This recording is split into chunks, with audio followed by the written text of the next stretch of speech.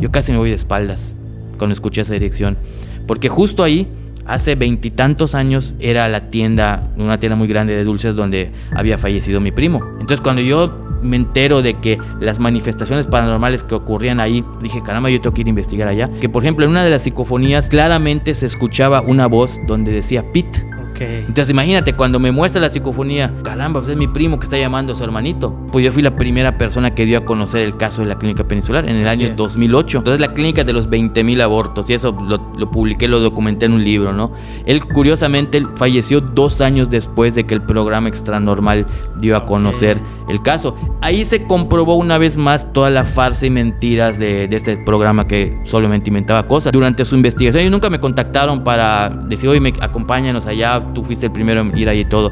Hay una escena muy clásica donde el Paulino o uno de los chamanes están dando en la clínica diciendo, espérate un momento, estoy viendo el alma en pena del doctor Acosta. Me está diciendo que está arrepentido por los abortos que hizo. Y en esto el doctor vivía. El doctor murió 2 años después. Imagínate el ridículo que hizo. De hecho, el doctor, creo que eso igual mucha gente no lo sabe, sus últimos 40 años de vida vivió a 2 cuadras de la clínica. Platiqué con un familiar cercano de él y le dije, oye, ¿y cómo tomó el doctor Acosta cuando sacó el reportaje y dijeron que se murió? La verdad se empezó a reír, dijo, ya me mataron a nivel nacional, yo acá vivo y coleando, ¿no? O sea, 2 años después ya fue que falleció.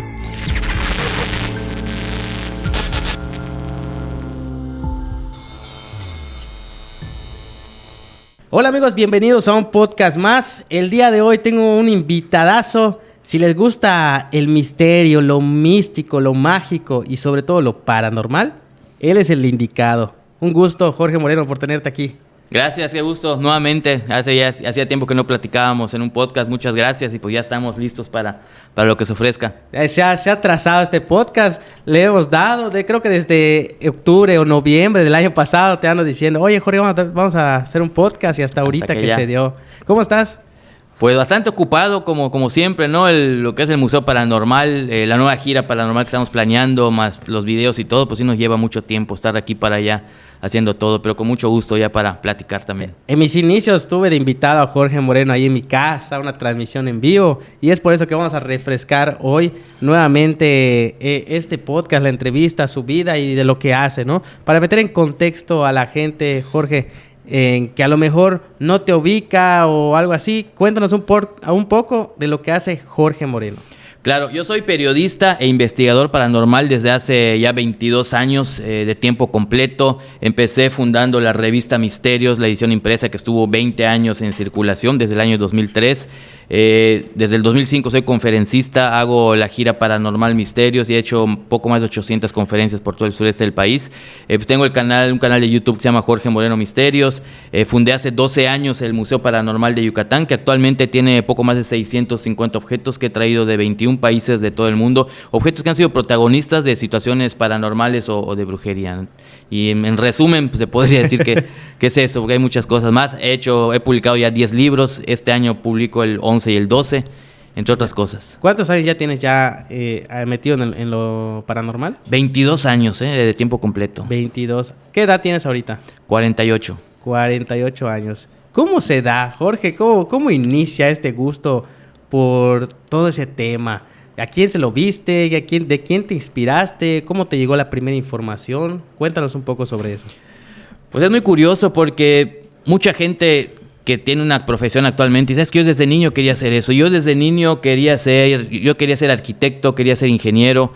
Ya en la secundaria, uno de mis primos me lleva a un partido de fútbol de los Venados de Yucatán y quedé enamorado del fútbol, pero no para jugarlo. Yo quería ser comentarista, así como José Ramón Fernández y los periodistas de televisión. Claro. Yo toda la secundaria, la prepa, estuve traumado con el fútbol, con narrarlo, compraba el periódico para leer cómo se hacían las crónicas, etcétera.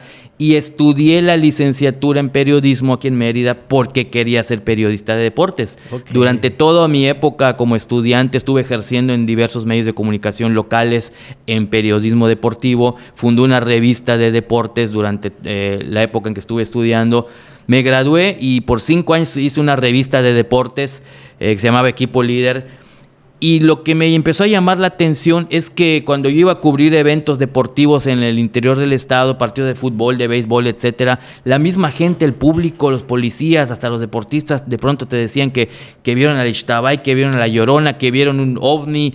O sea, temas más allá del tema deportivo, ¿no? Yo me empecé a dar cuenta, yo que estaba en el mercado editorial aquí en Mérida, me di cuenta que pues habían revistas que hablaban de deportes, de espectáculos, de policía, de política, pero no había una revista que hablara del tema paranormal, de leyendas mayas, de ovnis, y este tema era como que un tabú en los periódicos. O sea, jamás que vieras una nota de una leyenda o algo así en los periódicos, ¿no? Claro. Entonces, conforme pasan los años, en el año 2002, dejo de hacer la revista de deportes por otros motivos políticos, por así decirlo, pero yo ya tenía la imprenta, tenía los medios, y de pronto se me ocurre, pues si ya tengo la experiencia editorial de lanzar una revista, pues vamos a cambiarle el giro, vamos a hacer una revista del tema paranormal, del tema de leyendas.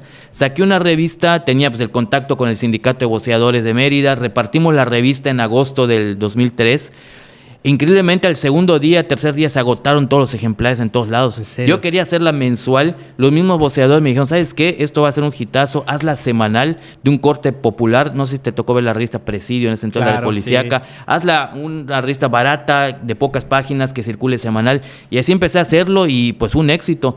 Los primeros 3 meses más o menos, pues yo lo hacía de manera periodística, es decir, si tú me decías que viste un fantasma en tu casa, yo solamente iba, te entrevistaba, tomaba una foto y lo publicaba. Pero la misma gente en ese entonces me empezaba a decir, con el auge de todo esto, oye, ¿por qué no dejas una cámara ahí y grabas y etcétera, una investigación, ¿no? Y como yo pues en la carrera estudié la metodología de la investigación, pues es muy similar la metodología para aplicar en temas de política, de deportes, o sea, es más o menos en lo que cabe, tenía los conocimientos, ¿no? Y me fui especializando al mismo tiempo en el tema paranormal, tomé algunos cursos y todo esto para que ya sea una labor profesional. En ese entonces empezaba el auge de Carlos Trejo, recordarán mucho a Carlos Trejo, que en ese entonces muchos pensamos que era un caso real, fue mi inspiración de cierta manera en algunos temas, ya luego descubrimos que todo fue una farsa, una mentira, etcétera, y de otros ya mejor ni hablamos, ¿no? Entonces, pues yo seguí con este proyecto, con la revista.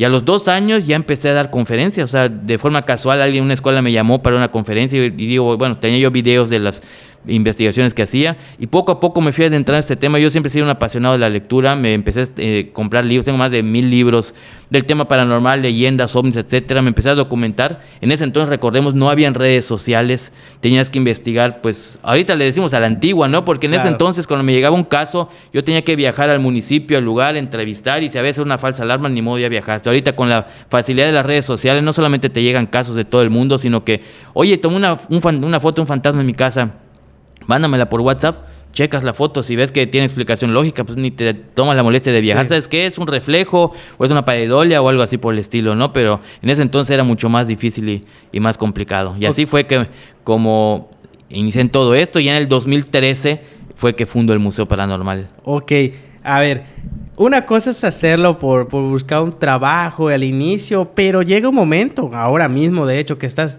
dedicado al full, te apasiona este tema, pero tu familia, ¿qué dijo? ¿Cómo lo tomó?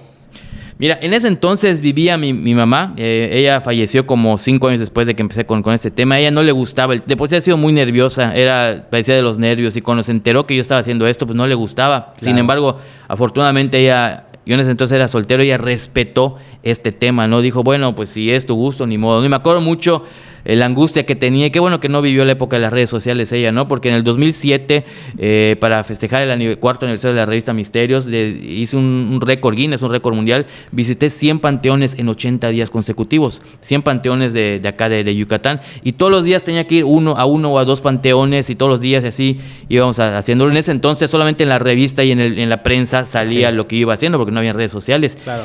Dudé en decírselo a mi mamá, no se lo dije muy al principio, y se enteraba por los vecinos.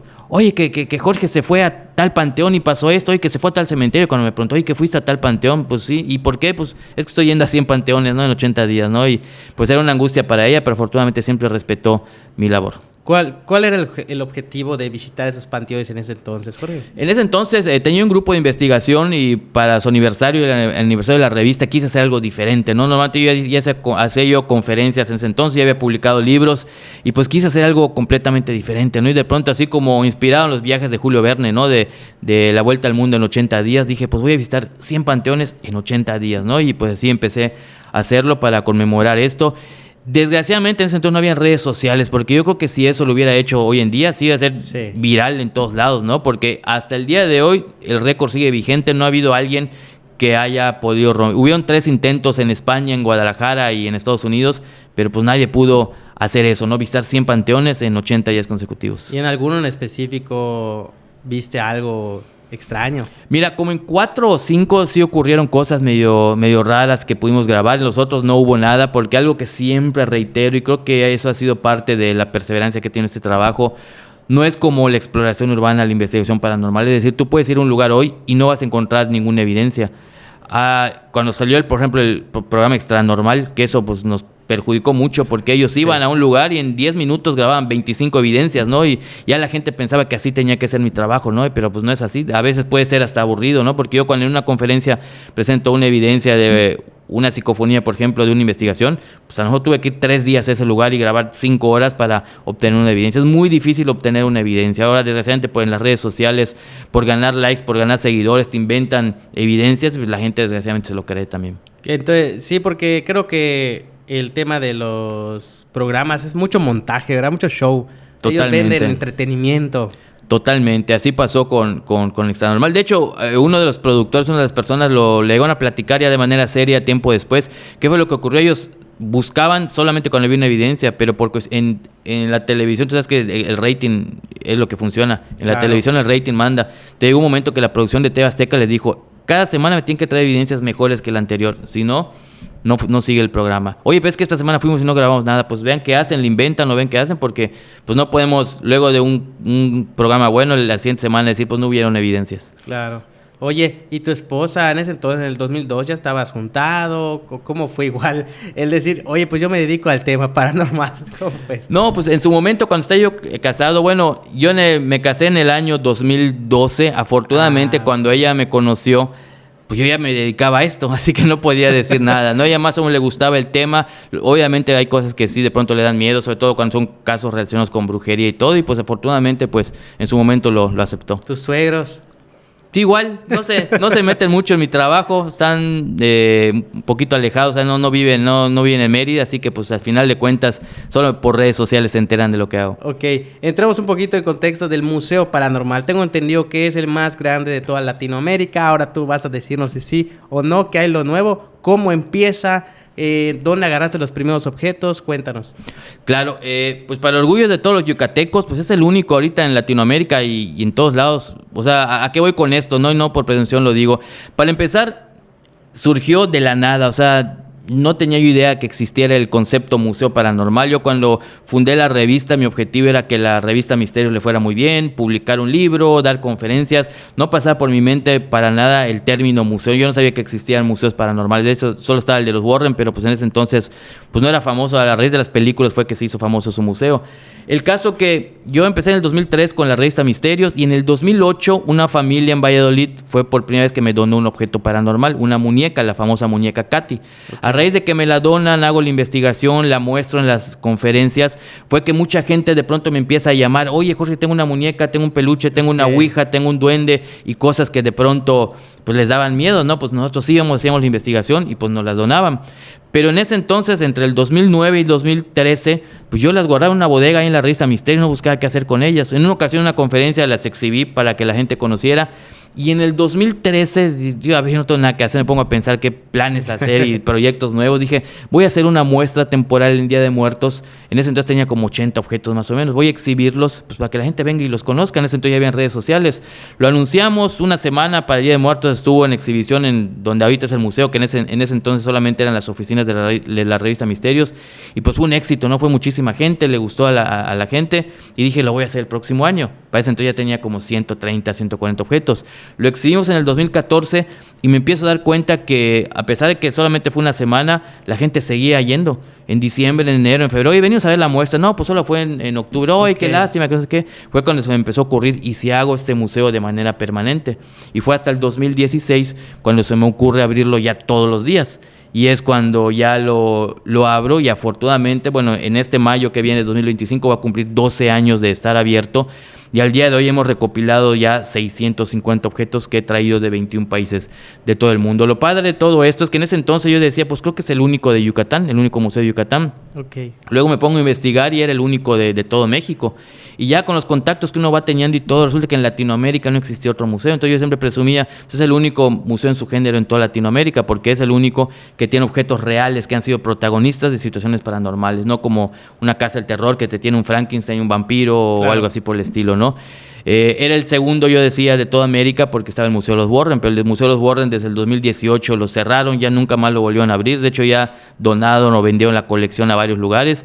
Y hoy te puedo decir que es el único, ¿no? Aunque ya ahorita en Las Vegas hay uno que primero eran cosas de terror, de coleccionismo de terror, y ya mete una que otra cosa paranormal, pero pues en su naturaleza pues es el primero, o sea, es el único con objetos reales. Oye, y sobre todo para la gente que no sabe, no solo tiene el Museo Paranormal, sino que también tiene una ubicación muy privilegiada. Para los yucatecos que conocemos el tema, se encuentra literal a la vuelta de la clínica peninsular, la clínica de los 500 abortos que se le llama. Y te corregí hace rato, ¿de cuántos son? De más de 20,000 abortos. Es la clínica de los 20,000 abortos. Y eso lo publiqué, lo documenté en un libro, ¿no?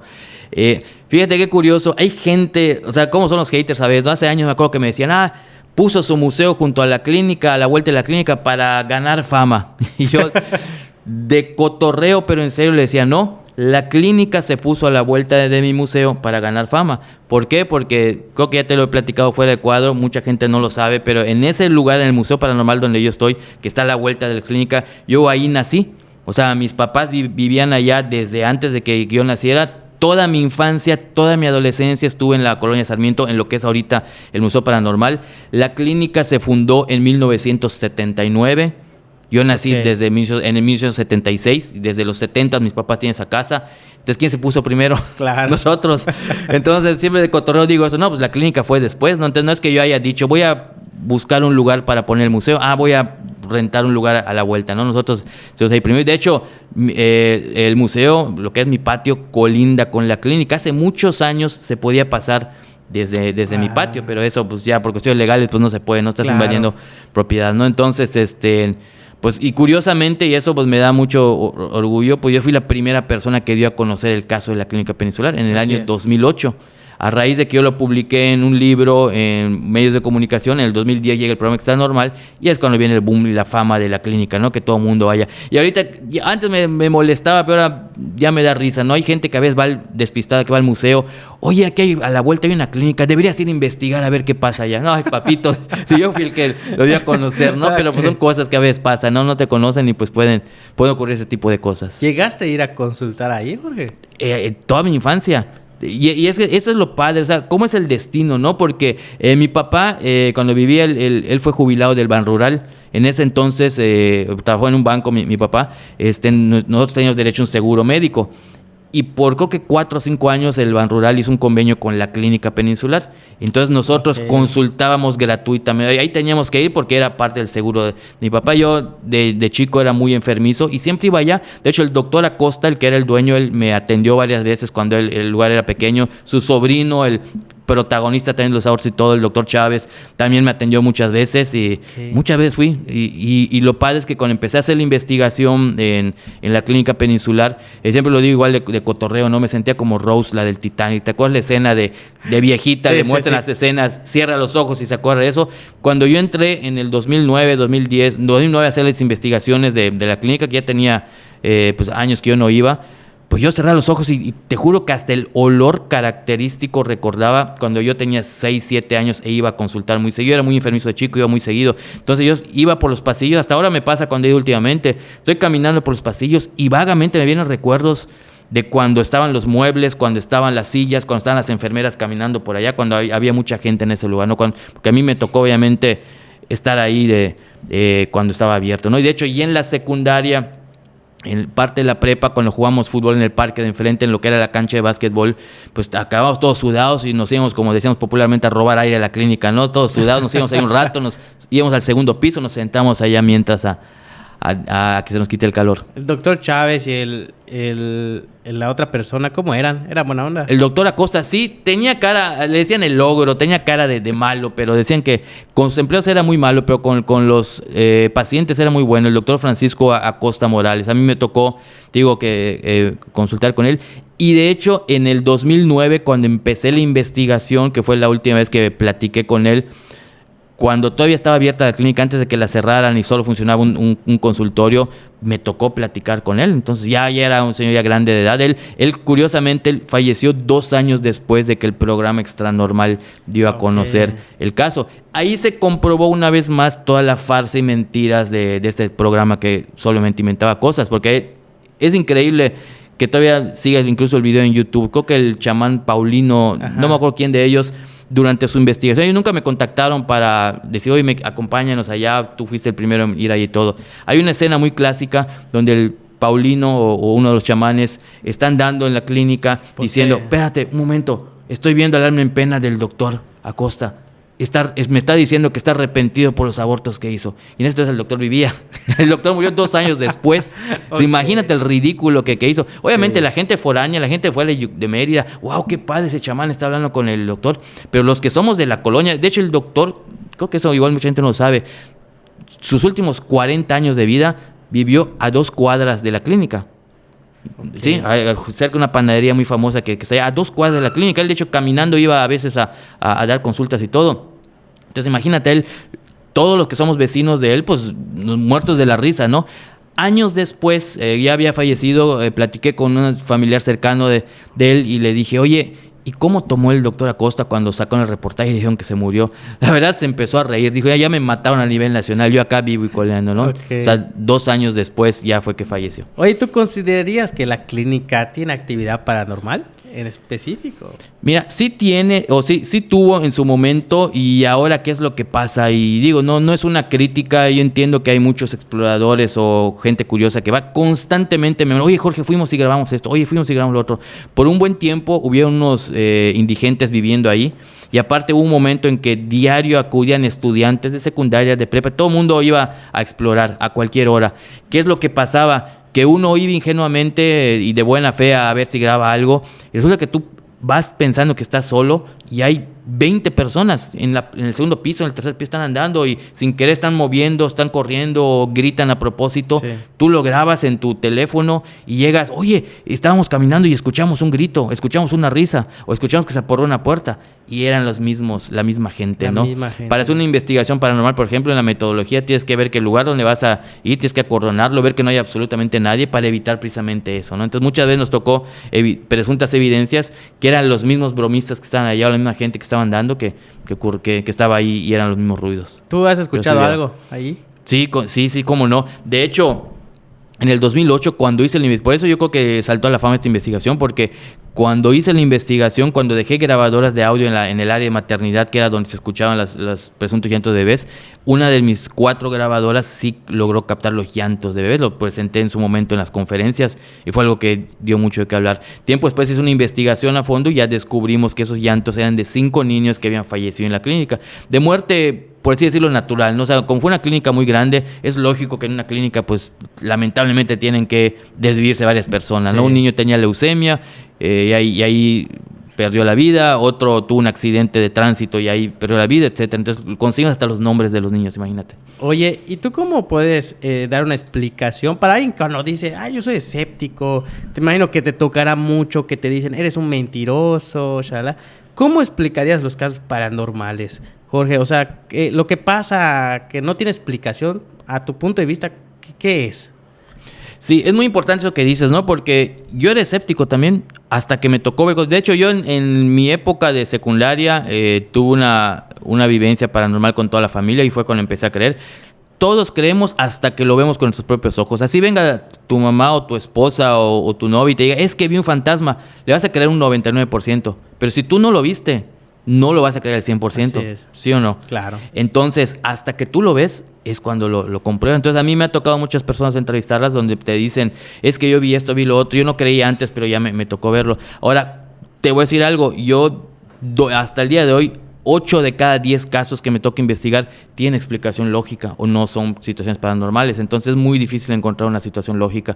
Hay casos que yo he publicado en mis libros, en conferencias, que he retado hasta el más escéptico a ver que te diga dónde hay una explicación. El caso del testamento, no sé si te tocó escucharlo, del seguro de vida. Te platico brevemente, es una de las pruebas que más me ha llamado la atención. Hace varios años fallece un señor en la carretera a Progreso, un accidente de tránsito, estamos hablando del 2007, 2008, ya tiene tiempo. Y se queda viuda su esposa y una hija que estaba cursando la universidad. El señor vivía relativamente al día, tenía trabajo, pero la señora no trabajaba, pues les empieza a ir mal económicamente.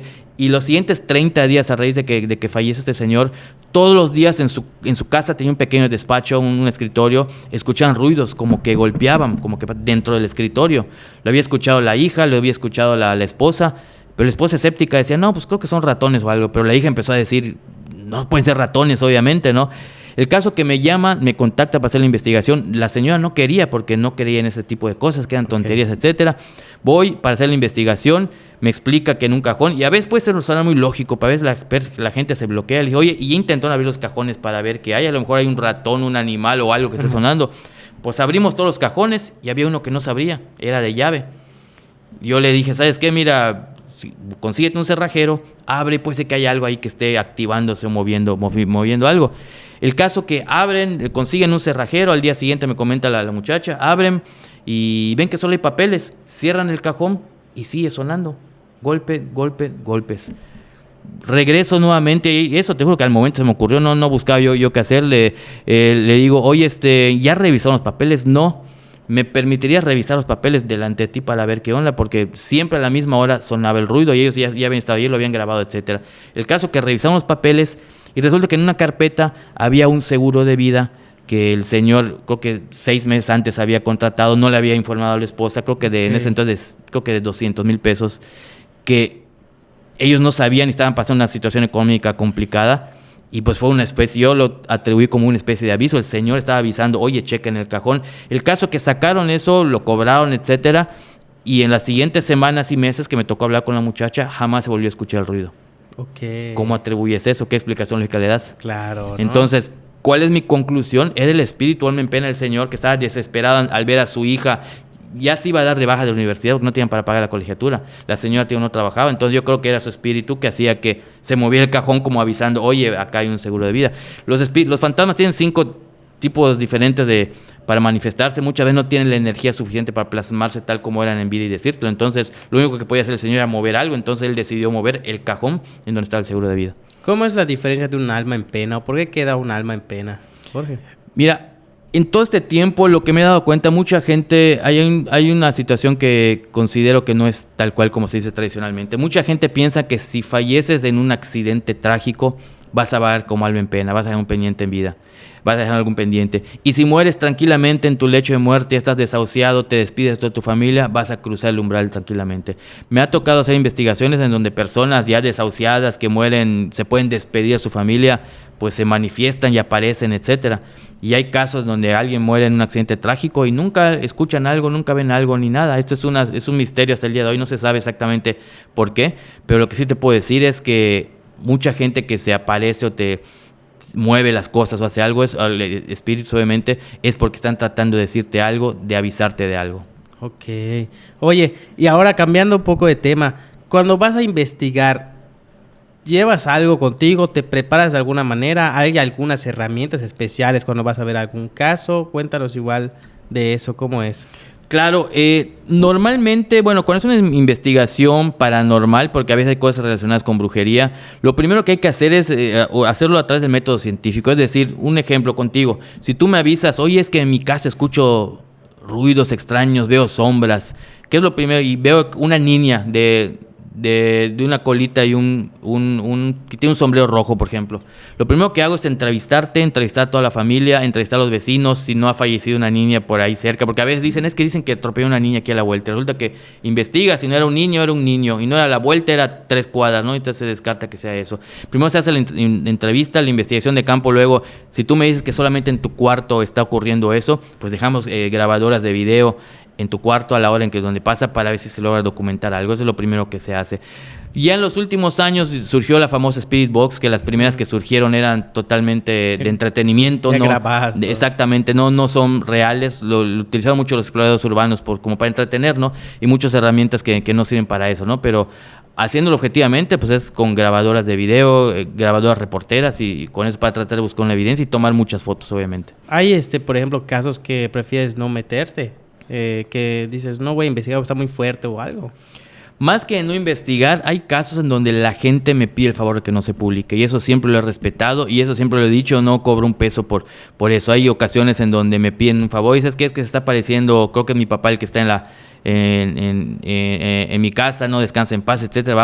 Hacemos la investigación, cerramos el caso y oye, nada más un favor, no me gustaría que se publique por X o Y, ¿no? Entonces eso lo respetamos y no es condición para mí, no es condicionante. Sí voy a tu casa a investigar, pero tengo que publicarlo, tengo que transmitir en vivo.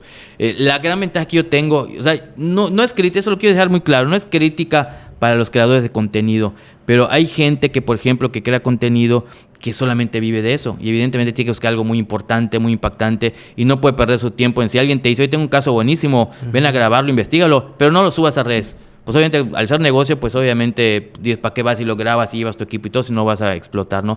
En mi caso, pues yo no vivo en las redes sociales, yo pues con el museo, con la revista, con las consultas, etcétera. Y sí me gusta ayudar a ese tipo de personas, ¿no? Porque hay gente colaboradores que a veces me dicen, ¿y para qué va a hacer la investigación? Te lleva tantas horas y luego no quieren que se publique, ¿no? Pero pues yo siempre he dicho, lo importante es ayudar a quien se pueda. Cuéntanos una historia de una de las más impactantes que has tenido en todos estos años. Mira, son muchísimas, pero una que siempre me ha marcado y a ver si los que me siguen van a decir, ay, la va a contar otra vez. Pero ya sé cuál. A ver. Se convirtió en... De la mujer loba. No. ¿No? La de mi primo Sergio, ¿te la conté? No. Espero que... Ahora vamos a ver, me gustaría que si alguien en comentarios diga, ya la había escuchado, siempre la cuenta Jorge, o a ver quién dice, primera vez que la escucho. Es una de mis motivaciones igual para ser investigador paranormal. Cuando yo tenía 15 años, yo estaba 14, 15 años, estaba yo en la secundaria. Un tío que falleció, tenía una tienda de dulces muy conocida en su momento, se llamaba El Imperio del Dulce. Y lamentablemente uno de mis primos, que era 20 y tantos años, fallece en un accidente trágico allá. Toda mi familia en ese entonces decía que lo veían, que lo escuchaban su voz, veían sombras. O sea, fue unas manifestaciones muy fuertes y yo ahí me di cuenta que el tema paranormal sí existía, porque pues una cosa es que lo escuches del vecino que hay un fantasma, a que tu papá, tu mamá, tus tíos te lo digan, ¿no? Entonces yo dije, claro, pues sí existe la vida más allá de la muerte. Esto ocurrió cuando yo tenía 15, 16 años. Pasan los años, yo dedicado en el tema deportivo en ese entonces, etcétera. Empiezo con la revista Misterios. Se me olvida el caso, o sea, digo, era mi primo y lo recordamos cada año, etcétera. Resulta que en el año 2010 me llama un empleado del Ayuntamiento de Mérida para decirme que había grabado 10 psicofonías. Los que saben o les interesa el tema saben que grabar una psicofonía es muy difícil. Uh-huh. Grabar 10, dije, este señor me está engañando. El caso que era un vigilante del Ayuntamiento de Mérida. El caso que me cita en su casa, yo le digo, me interesa escucharlas. Y me muestra todas las grabaciones. Había una voz donde decían ciertas voces, ciertas palabras. Y dije, bueno, pues está interesante. Oiga, pues aquí lo que corresponde es ir a grabar al lugar de los hechos. Me dijo, es una dependencia del ayuntamiento. Déjeme averiguar si dan permiso, porque pues tú sabes que a veces un edificio de gobierno no puede llegar así como si nada a grabar. El caso que voy al día siguiente a verlo y me dijo, ¿sabe qué? Lamentablemente no autorizaron que usted vaya a grabar, pero todas las secretarias dicen que ven el fantasma de un muchacho, que de pronto se aparece, que les guarda las cosas, etcétera. Y le pregunto, oye, ¿y dónde es esa dependencia? Y te doy la dirección tal cual, ¿no? Es la calle 65 por 40 y 42. Es la Secretaría de Desarrollo Social del Ayuntamiento de Mérida. Yo casi me voy de espaldas cuando escuché esa dirección, porque justo ahí, hace 20 y tantos años, era una tienda muy grande de dulces donde había fallecido mi primo. Resulta que cuando fallece mi primo, 2, 3 años después, por otros motivos, cierran la tienda, venden el edificio, lo compra un particular y luego se la rentan al ayuntamiento tal como hasta hoy. Entonces, cuando yo me entero de que las manifestaciones paranormales que ocurrían ahí eran en el lugar donde falleció mi primo, dije, caramba, yo tengo que ir a investigar allá. Y ahí me doy cuenta y voy entendiendo muchas cosas, porque por ejemplo en una de las psicofonías claramente se escuchaba una voz donde decía Pit, Pit, Pit. ¿Sí? Los señores, los del ayuntamiento, el velador me decía, pues no sabemos qué quiere decir Pit. Pero resulta que, bueno, mi primo cuando que falleció se llamaba Sergio, tenía un hermanito que se llamaba Pedro. Y ellos como vivieron un tiempo en Estados Unidos, a su hermanito, o sea, a mi otro primo, le decía Pit, o sea, Pedro, Pit. Okay. Entonces imagínate, cuando me muestra la psicofonía, yo ya me cae el 20 en dónde lo grabaron. Caramba, pues es mi primo que está llamando a su hermanito, Pit, ¿no? El caso que dice es que yo tengo que entrar a ese lugar a como de lugar, ¿no? Le expliqué que podría ser mi primo y me dijo, ¿sabes qué? Mira, ahorita ya lo puedo decir porque ya cambió las administraciones y el señor creo que ni trabaja allá. Me dijo, ¿sabes qué? Los domingos no abre la dependencia, yo soy velador allá, puedo dejar que entres, nada más no vayas a transmitir en vivo ni grabar ni nada porque, bueno, ni había transmisiones en vivo en ese entonces, creo que era el año 2010. Nada más no vayas a hacer público este video porque a mí me van a correr mi trabajo. El caso que entramos, increíblemente, lo que nunca había pasado, como 5 o 6 evidencias grabé en ese momento en 2 horas que estuve por ahí y cosas increíbles ocurrieron, ¿no? Por ejemplo, me decía este señor, yo sabía todo esto porque yo creo que no lo dije, cuando yo tenía vacaciones en la secundaria de Navidad, de Semana Santa, yo iba a trabajar a la dulcería y de lo que sea, ¿no? Porque era un niño en ese entonces, yo convivía con mi primo. Me decía este señor, los compañeros ahorita del ayuntamiento, a esta bodega ya no quieren entrar, porque cuando entran, escuchan una voz que les dice, mami, mami, mami. Resulta que mi primo en ese entonces así le decía a sus empleados. Entonces que a veces entre cuates te hablas en forma femenina, te das a sus chalanes, oye mami, tráeme esto, oye mami, tráeme lo otro. Había una escalera para el segundo piso, dice, los empleados de aquí del ayuntamiento están aterrados, ya no quieren subir, porque cuando están subiendo o bajando, sienten que los empujan. Mi primo, que era muy relajista, cuando subía las escaleras con sus compañeros, hacía como que te iba a empujar, o cuando estaba junto a ti, como que te agarraba, obviamente te agarraba al mismo tiempo, ¿no? Entonces, lo que él hacía en vida, lo estaba haciendo a la gente que estaba allá, imagínate. Y de las cosas que capturaste o viste, ¿qué fue? Pues mira, 2 psicofonías más en donde se escucha una voz donde está llamando a su mamá, a mi tía prontamente, unos videos también, y hay una fotografía en donde también se ve claramente. Fue algo impactante, porque imagínate, de por sí como un caso independiente, hubieron muchas evidencias y era un caso muy interesante, pero además ir a investigar un lugar y te enteras que era donde falleció tu primo 20 años atrás, imagínate. Oye, y por ejemplo, ¿tú hiciste algo para pues liberar, o se existe de la liberación o vas nada más para comprobar? ¿Tu primo sigue rondando por allá? Mira, hay 2 cosas que eso los años te lo han dado de experiencia. Muchas veces uno piensa, está rondando un espíritu, hay que hacer que cruce, hay que hacer que se vaya, pero muchas veces están por gusto. Y a la conclusión que llegué, él está por gusto, él le gustaba mucho trabajar allá, ahí falleció, tío, ahí tuvo el accidente, y muchas veces el hecho de que esté deambulando un espíritu no quiere decir que esté penando, que esté triste o algo. O sea, la conclusión que llegamos en la metodología que se hizo, él está contento allá, sigue haciendo las bromas que hacía en vida, entonces no es que tienes que hacer que se vaya ni nada por el estilo. ¿De qué falleció? Un accidente con un arma de fuego. Ah, ok. Entonces, fue algo muy, muy, muy trágico, ¿no? Entonces, un accidente, pensó que no estaba cargada y pues pasó eso, ¿no? Y de la nada pasó, entonces imagínate. Yo me imagino que tú has visto muchas historias a nivel nacional y mundial. ¿Hay alguna en particular que tal vez no hayas investigado, pero que digas, esto sí fue real? Yo te voy a platicar de una que dije, no manches, eso está, y debiste de haberlo visto, está muy, muy cabrón. Que era un vigilante de un súper que entra a una bodega y está el Santa Claus y se empieza a mover el Santa Claus. Y empieza a bailar, pero está desconectado. No sé si lo llega. Se hizo viral porque hasta Dross lo comentó. Sí, sí, sí. O sea, ese tipo de cosas, ¿tú has visto algo que digas, esto sí es real? Sí, mira, hay casos, eso la experiencia te lo da los años definitivamente para saber si es real o no. Algo que sí es real y que sí se puede comprobar es que a veces los juguetes, por ejemplo, que tienen batería o no tienen batería, se pueden mover, pueden cambiar de lugar. Tú puedes estar entrando a un lugar como en ese caso y puedes ver que se muevan. A veces, ¿y por qué se mueven solo? No es que cobren vida, como se dice popularmente. Lo que pasa que a veces hay un espíritu de un niño, a lo mejor junto a un juguete, que lo está jugando. Tú no ves al fantasma, pero ves que el objeto físico se está moviendo, entonces por eso muchas veces pasa. Y hay casos que de pronto aparecen en redes sociales que solamente con ver el video, por experiencia ya sabes que son falsos, lo están inventando o lo están exagerando. Las famosas pareidolias, ¿no? Los efectos de pronto aparecen. Un tip que le doy a toda la gente, hay mucha gente que me llama y dice, oye, es que en la parte de mi pared salió una pequeña cara y se ve clarito los ojos. Un tip que les doy: los fantasmas o las almas en pena aparecen en tamaño real y de cuerpo completo. Es decir, si un espíritu estuviera aquí en este momento y es captado por las cámaras, se vería, si era un adulto, pues vas a ver una silueta del tamaño del adulto de forma humana. No vas a ver su cara nada más pequeñita plasmada aquí en la pared o en el techo, ¿ya me entendiste? Okay. Hay gente que me dice, son pareidolias, ¿no? A veces una foto muy famosa, abrieron el capirote de un coche y entre el motor y todo, se ve una cara increíble, se ve clarísima la cara. Oye, ¿será un fantasma? ¿Cómo va a ser un fantasma? Ni modo que se haya metido el fantasma, se quedó el tamaño de un pitufo y se metió entre el motor, ¿no? Entonces, es un tip que le doy a toda la gente. Los espíritus, cuando desaparecen, en tamaño real y tal como eran en vida.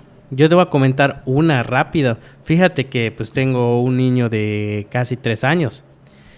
Y hace poco se perdió. Y ya sabe, la movilización y todo ese rollo. Yo estaba 3 horas de Mérida, me hablan desesperado. Llega la policía, están buscando en la calle y todo ese rollo. Yo desesperado también. Y después sale de la nada mi hijo y dice, aquí estoy. Habían pasado como 25 minutos de que estaban buscando por toda la casa mi hijo. Pero mi esposa y una señora que estaba allá vieron como de la casa, que es casa de mi suegra, salieron como unas sombras pequeñas. Y ya sabes, estaban diciendo que los aluches habían escondido a mi hijo, que ahí hay aluches. Sí existe esa parte. Bueno, acaba de pasar también en Yaxcabá que se perdió un niño en el monte. ¿Tú qué nos puedes decir al respecto de esto? Te puedo decir que sí es real. Me ha tocado hablar con sacerdotes mayas, xmens, etcétera, y esto sí es un caso real. ¿Qué es lo que ocurre? Como que se abre un portal a otra dimensión. Me ha tocado hablar con policías, porque no es lo mismo que te lo platique el vecino, siempre digo a que te lo platique un experto. Me ha tocado platicar con scouts y con policías especializados en la búsqueda de personas cuando se pierden, ¿no? Hay brigadas en la Secretaría de Seguridad Pública especializadas en eso. Oye, se perdió un señor o un niño en el monte de Motul. Van y saben y tienen toda la metodología perfecta de rescatismo, etcétera. Y les ha tocado vivir casos impresionantes. Algo que me han dicho y que ha coincidido es que cuando se pierde a alguien, se abre un portal en el mismo lugar. No es que se vaya corriendo a kilómetros de ahí. Y han habido casos, de hecho ellos dicen a veces no se publica tal cual, no se da el informe oficial porque los medios pues, son muy amarillistas. Es algo que la gente no entendería. Claro. Pero hay casos, me platicó un caso de Mocochá, si no me equivoco, de un municipio. Se perdió un señor, así tal cual, en 5 minutos eran 3, 4 señores ya de edad. De pronto voltean a ver y el señor no estaba por ningún lado. Y era un señor que con trabajo caminaba. No pudo haber avanzado, no había huellas, no había nada. Llamaron a la policía, decían no pudo haber avanzado tanto, era puro monte, no había camino para que una camioneta lo secuestrara, por así decirlo. No había lógica. Al día siguiente aparece el señor, ¿dónde crees? A 3 metros de donde se había perdido. Okay. Y habían 80 personas allá. Dicen, así se hubiera ido a otro lugar, imposible que pase entre todos y bum, bum, y llega al mismo lugar, al epicentro donde estaba todo. Imposible. ¿Y él qué es lo que recuerda? Que estaba caminando, o sea, estaba junto con sus compañeros, se alejó como 5 metros según él, y de pronto empezó a voltear a ver a todos lados y veía como que otro lugar. Siempre como un monte, pero en otro lugar. Y para él dice que pasaron como 10 minutos. Increíblemente, no estaba deshidratado, no tenía hambre, estaba completamente normal, ya había pasado un día. Entonces, y dice, y una de las personas que me tocó entrevistar de la Secretaría de Seguridad Pública, dice, yo estaba allá, yo vi cómo de pronto apareció el señor, de la nada. Entonces, y esto ha pasado varias veces. Entonces, cuando se pierden niños o se van, es como un portal que se abre, se tragan a la persona y ya no aparece. Están como en otra dimensión. Siempre están ahí mismo, pero en otra dimensión. Y esa teoría, Jacobo Greenberg, que creo que sí has escuchado hablar de él, tenía una teoría muy interesante y yo la comparto tal cual. Los fantasmas o las personas están en otra realidad, en otra dimensión, pero físicamente en el mismo sitio. El ejemplo más sencillo. Ahorita tú y yo estamos grabando aquí en este momento físicamente. Pero a lo mejor hace 70 años este lugar era una hacienda. Era la casa de campo de una persona y aquí estaban conviviendo unas personas. Entonces nosotros ahorita en nuestra dimensión, tú y yo estamos grabando, 2025. Pero al mismo tiempo en esta dimensión, pero en otra realidad, está la familia que vivía aquí hace 70 años. Y la de hace 30 años también. Y la de hace 20. Entonces, ¿qué pasa con el caso de los niños que se pierden? O sea, como que algo pasa, que se abre un portal y te vas a otra dimensión. Y luego el señor afortunadamente regresó. Es como igual esa gente que entra como que a los campos que están trabajados por los Xismen o los aluches entran a agarrar una fruta o algo, en Oxcotcap hay mucho de eso, y no buscan la salida. Exactamente. Ahí es el trabajo de los aluches. O sea, normalmente los sacerdotes mayas ponen aluches protectores en las milpas, sobre todo, con el objetivo de que no entre ningún intruso, ningún animal se lleve las frutas o ninguna persona de carne y hueso. Algo tradicional. O les tiran piedritas o hacen voces los aluches para que se espante la gente y se vaya, o de plano los pierde. Ok. ¿Y tú qué lugar considerarías, Jorge, que tiene el más embrujado en Yucatán? Los montes de Quinchil, entre Quinchil y Zamajil, que me ha tocado hacer investigaciones allá, en lo que es el monte, está muy fuerte, está muy trabajado. Los sacerdotes mayas de ese rumbo, tengo entendido que es un sacerdote maya de Junucmá que hace este tipo de trabajos, tiene súper protegido el lugar. O sea, ahí al grado de que si tú quieres meterte a una milpa o un terreno de allá, solo das un pie y sientes como que te estás electrocutando, o sea, tal cual. Neta. Así de fuerte está. Ok. ¿Y qué piensas? Digo, habrás visto los reportajes que he hecho en Catemaco. ¿Has tenido la oportunidad de irte para allá? Pues quiero ir este año, no he podido. 3 veces he querido ir y en una ocasión vino la pandemia, ya no se pudo hacer nada. Luego hice una cita con una persona allá y ya no me contestó, ya no se pudo hacer. En eso estoy, espero que la tercera sea la vencida. Pero este señor Marten, pues es una eminencia allá. O sea, tiene una trayectoria muy, muy grande, ¿no? Y qué padre que lo puse entrevistar. Sí, ¿cómo ves el tema de los brujos mayor? Ahí que hay un montón, ¿no? O sea, ¿cómo te puedes, tú en tu perspectiva, cómo podrías darte cuenta de que alguien es un charlatán? Mira, hay varias formas. Para empezar, en los de Catemaco, no sé si aquí la gente de Yucatán que ha ido con algún hechicero o algo en el centro de la ciudad, hay muchos. Al que tú vayas en el centro de Mérida, te van a decir, yo vengo de Catemaco, yo tengo origen en Catemaco, yo soy brujo de Catemaco.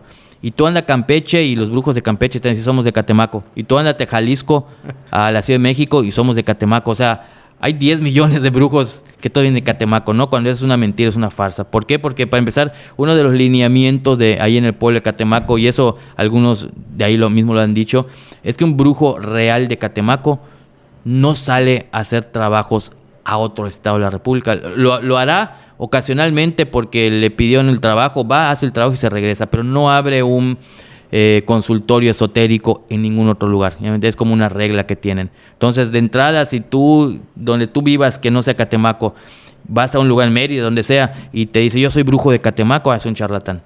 Ya. Porque es una regla de oro. No, si tú naciste realmente en Catemaco y eres brujo de Catemaco, no puedes salir a hacer trabajos a otro lado. O sea, no puedes poner un consultorio en otro lado. ¿Y cómo ves la cueva del diablo? Pues ese es donde quisiera ir. Fíjate que Mystery World subió un video. Sí, lo vi. Y no es crítica, es una crítica constructiva. Ellos son exploradores urbanos, no conocen mucho de esoterismo. Pero durante el recorrido, mientras iban yendo y narrando lo que sus ojos de inexpertos veían, pasaron junto a muchas cosas muy padres de trabajos de santería, de esoterismo, de brujería chamana, o sea, muchas cosas muy padres que, bueno, yo hubiera estado allá, me paraba y mira, esto es tal cosa, esto está aquí por esto está aquí por lo otro, y cuando entraron a la cueva igual muchas ofrendas, eran ofrendas incluso de políticos y cosas muy importantes que no mencionaron porque pues no están especializados en el tema. Yo quiero ir y todo lo que yo vaya encontrando a mi paso, narrarlo para que la gente conozca lo que es. Veo que sabes mucho. Bueno, tú en tu caso, ¿cómo te preparaste? ¿Hay cursos? ¿Hay algo? ¿Alguien te enseña a conocer cierto tipo de trabajos, brujería? ¿Qué tipo de trabajo es? De 3 formas. En primer lugar, pues el tiempo, ¿no? Llevo 22 años de tiempo completo, ¿no? Y como te digo, a mí no me gusta estancarme, ¿no? Yo empecé con la revista Misterios, cubriendo los reportajes, pero siempre me ha gustado leer. Algo muy curioso, yo conozco más de 110 tipos diferentes de brujería. O sea, tú me muestras ahorita algo tirado aquí en el piso, yo te puedo decir si es brujería o no, si es vudú, si es santería, si es chamanismo, dependiendo de lo que sea, ¿no? Pero yo empecé a estudiarlo desde hace 15, 18 años y también estudié con sacerdotes mayas, con brujos, con chamanes, con videntes, etcétera. ¿Por qué? Por vergüenza.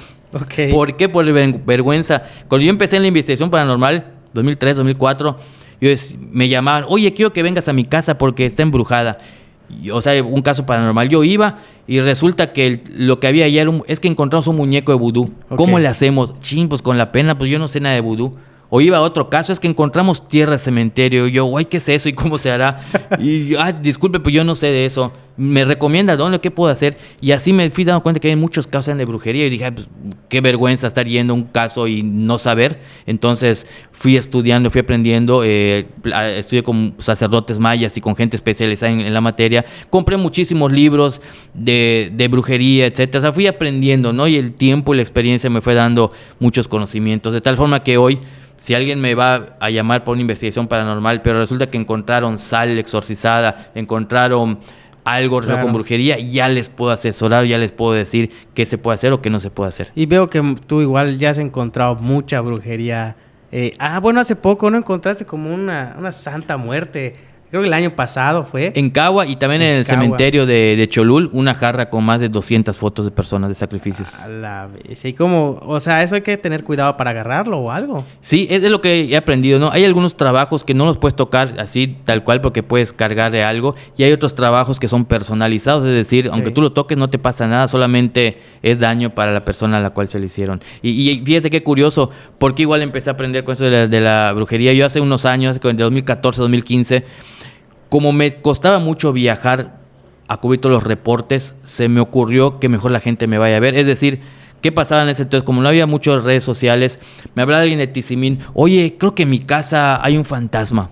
Solamente para ir a Tizimín y regresar y ver todo, pues ya perdías el día. Y resulta que iba si no era una falsa alarma. Entonces yo dije, por estrategia, voy a atender a toda la gente. El primer paso para hacer una investigación, en mi caso, es anda a verme a mi consultorio, bueno, al museo, me explicas el caso. Y si amerita ir a tu casa, pues obviamente vamos ya preparados con equipo, etcétera, porque a veces son cosas lógicas, ¿no?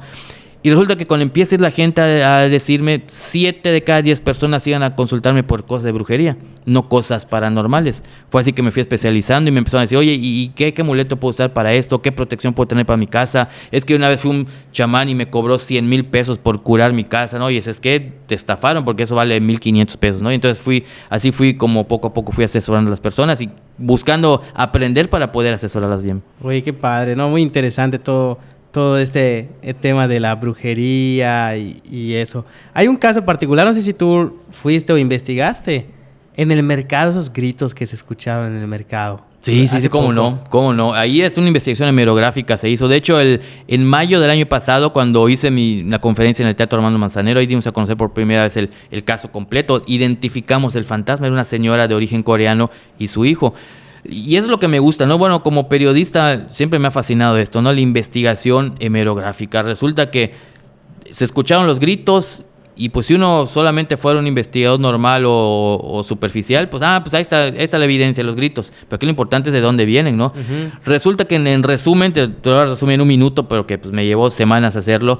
Resulta que en los años 40, lo que es ahorita el mercado de San Benito y Lucas de Gálvez era una escuela primaria. Creo que se llamaba Felipe Carrillo Puerto. Okay. Un niño lamentablemente un día del segundo piso se cae y fallece por la distancia, por su cabeza con una piedra, etcétera, ¿no? Resulta que a los pocos días la mamá se suicida, porque ese día el niño, creo que estaba en cuarto, quinto año de primaria, se había discutido con la mamá. El niño va a la escuela, pues no fue suicidio, o sea, el niño se cayó, no fue un accidente, pero la señora, por el remordimiento de que se había peleado con su hijo, va y hace lo mismo. El caso que cierran la escuela 2-3 años después, se convierte en un mercado, el mercado Carrillo Puerto, luego el Chetumalito, luego construyen lo que ahora es el San Benito, y en toda esa etapa decían que escuchaban los llantos de una mujer y también escuchaban la voz de un niño.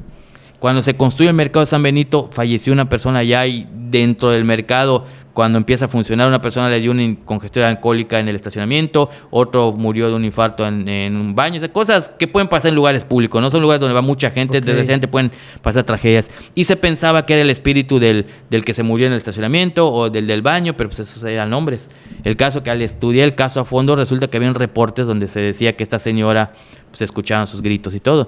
Y llegamos a la conclusión pues que era esta señora. Fue hace poco, otras policías entraron. Sí, exactamente, ellos lo confirmaron y lo comprobaron, lo grabaron, etcétera, ¿no? Entonces, desde que se fundó el mercado ya había recibido muchos reportes paranormales, pero nunca había habido una evidencia. Y a raíz de que esta evidencia fue que pude comprobar y buscar el origen del verdadero espíritu que está deambulando por ahí. Qué chingón. Oye, ya cambiando un tema, veo que igual has participado en proyectos muy grandes, ¿no?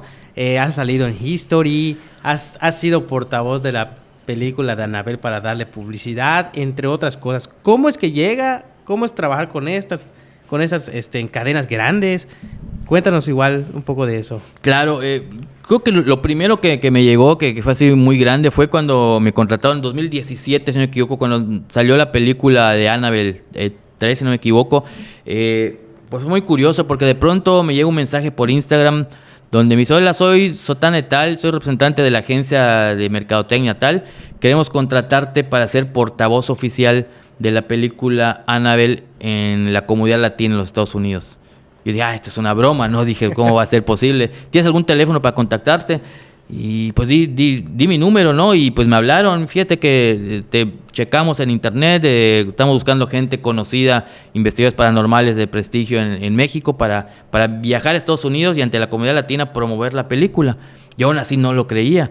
Y hasta yo de broma siempre lo digo, me llegas de preguntar, bueno, ¿y cuánto tengo que pagar para ir con ustedes, no? Y resulta que no, me estaban contratando, a mí me iban a pagar para eso. Te juro que yo no lo creía, ¿no? Conforme me fueron llamando para los trámites y todo, y pues fue un sueño hecho realidad, ¿no? Incluso dentro de la promoción de todo esto, incluyó que viajara el equipo de la agencia de mercadotecnia del Museo Paranormal, la agencia, reporteros de Primer Impacto, de la cadena de Univisión, estuvieron en el museo y llevaron a la muñeca original que salió en la película El Conjuro 2, porque hay gente que no lo sabe, pero para la saga de películas tienen 8 muñecas igualitas. Haz de cuenta, una con el ojo rasgado, una con tal cosa, y dependiendo de la escena que vayan a hacer, utilizan a una muñeca diferente. Entonces, para esta promoción, me llevaron a una que salió en 2 de las películas, ¿no? Imagínate el honor para mí. No era una muñeca paranormal, obviamente, porque no era la que del museo, pero el tocar a una muñeca que la tocaron los artistas y que lo usaron ahí todo, pues imagínate, ¿no? Entonces hicieron un reportaje, y ahí algo que me gustó mucho, que me hicieron un reportaje igual sobre mi trayectoria. Yo pensé que íbamos a hablar solamente de Annabelle, pero no, hablamos sobre el museo, sobre mi trabajo, etcétera, y tuvo muchísimos millones de producciones en YouTube esa entrevista que me hicieron. Igual. Exactamente, así se hizo. Y aquí viene lo interesante. A raíz de eso, tú sabes cómo son los haters, ¿no? Y mucha gente, no, que es un payaso, ¿para qué lo contrataron? Que no sé qué, pero digo, eso siempre va a haber, ¿no? Pero hubo mucha gente que ya empezó a reconocer y a validar mi trabajo a nivel nacional. A raíz de eso, podcast, programas o gente a nivel nacional ya me empezó a llamar o empezó a tomar más importancia mi trabajo para hacer conferencias, presentaciones, etcétera, ya por todo el país. Luego vino recientemente, después vino lo de History Channel, igual me contactaron por el programa de Inexplicable. Y me Friedman, pidieron, ¿no? Es el que conduce. Exactamente. Y ahí, por ejemplo, en ese capítulo, en la segunda temporada, porque fue Inexplicable Latinoamérica, pusieron a Humberto Zurita. Okay. Fueron al museo, me preguntaron qué historia podíamos poner, ¿no? Y ya les sugerí la de la muñeca Chari, ¿no? Que se hizo viral en ese entonces.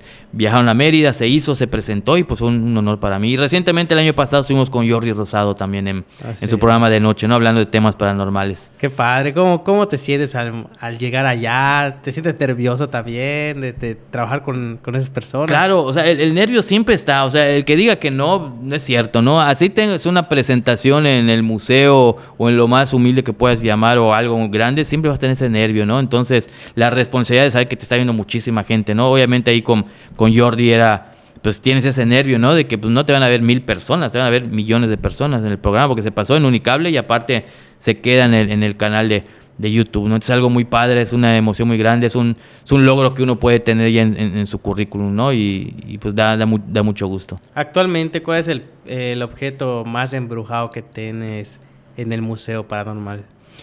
Hay más embrujados y hay más famosos, o sea, porque de embrujados te puedo decir que hay uno que se llama el cisne negro, que es una cabeza que simula a una persona, que es para hacer brujería, es muy fuerte, viene de Nueva Orleans, Estados Unidos.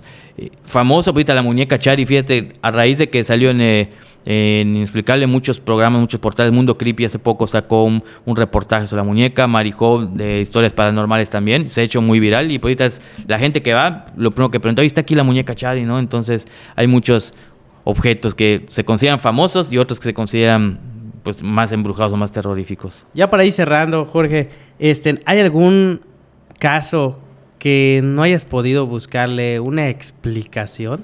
que se haya quedado inconcluso de no saber si es real o ficticio? Pues mira, afortunadamente el tiempo siempre es la mayor herramienta para descubrir un misterio, ¿no? O sea, muchas veces abro investigación. O sea, una investigación nunca sabes cuánto te va a durar. Puedes resolver un caso, una investigación en un día o puedes hacerlo en años.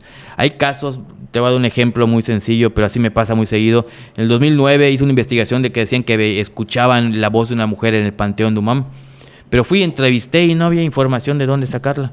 Pasó el tiempo, se cerró el caso. 2 años después me contacta una persona que era familiar de supuestamente la persona que se había suicidado en la parte de allá y me dieron más información. Luego, 4 años después, conozco a la familia de esta mujer. Era una novia que se iba a casar y ese día fallece su novio en el día. Imagínate, y ella se suicida.